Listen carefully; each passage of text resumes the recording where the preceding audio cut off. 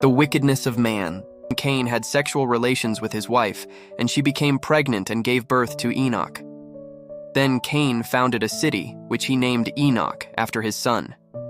Enoch had a son named Irad. Irad became the father of Mehujael. Mehujael became the father of Methushael. Methushael became the father of Lamech. Lamech married two women. The first was named Ada, and the second was Zillah. Ada gave birth to Jabal, who was the first of those who raise livestock and live in tents. His brother's name was Jubal, the first of all who play the harp and flute. Lamech's other wife, Zillah, gave birth to a son named Tubal-Cain. He became an expert in forging tools of bronze and iron. Tubal-Cain had a sister named Naamah. One day Lamech said to his wives, "Ada and Zillah, hear my voice. Listen to me, you wives of Lamech. I have killed a man who attacked me, a young man who wounded me. If someone who kills Cain is punished 7 times, then the one who kills me will be punished 77 times. Genesis 4 verses 17 to 24. What was Cain's legacy, and how did Cain's crime open the way for the increasing wickedness of humankind? Cain's great-great-great-grandson, Lamech, refers to Cain's crime in the context of his own. This comparison between the crime of Cain and the crime of Lamech is instructive. While Cain keeps silent about his only recorded crime, Lamech seems to be boasting about his, expressing it in a song, Genesis 4 verses 23 and 24. While Cain asks for God's mercy, Lamech is not recorded as asking for it.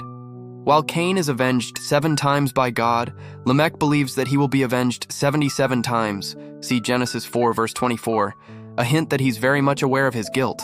Also, Cain is monogamous, Genesis 4 verse 17. Lamech introduces polygamy, for the scripture says specifically that he married 2 women. Genesis 4 verse 19. This intensification and exaltation of evil will definitely affect the next generations of Cainites. Following immediately this episode of evil in the Cainite family, the biblical text records a new event that counters the Cainite trend. Adam had sexual relations with his wife. Genesis 4 verse 25. And the result is the birth of Seth, whose name is given by Eve to indicate that God had granted another son in the place of Abel. In fact, the history of the name Seth precedes Abel. The name Seth is derived from the Hebrew verb ashit, I will cause, Genesis 3 verse 15, which introduces the messianic prophecy. The messianic seed will be passed on in the Sethite line. The biblical text gives, then, the record of the messianic line beginning with Seth, Genesis 5 verse 3, and including Enoch, Genesis 5 verse 21, Methuselah, and ending with Noah, Genesis 6 verse 8. The phrase sons of God, Genesis 6 verse 2, refers to the line of Seth because they are designed to preserve the image of God, Genesis 5 verses 1 and 4.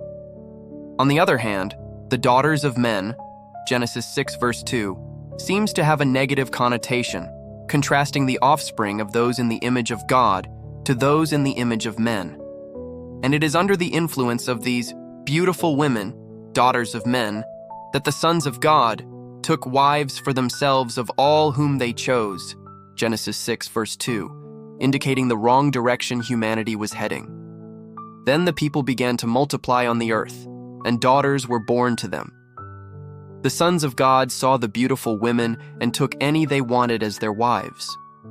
Then the Lord said, "My spirit will not put up with humans for such a long time, for they are only mortal flesh. In the future, their normal lifespan will be no more than 120 years.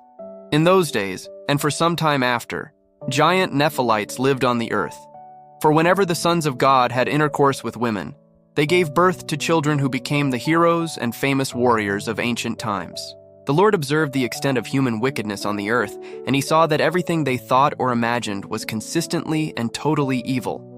Genesis 6 verses 1 to 5. What a powerful testimony to the corruption of sin.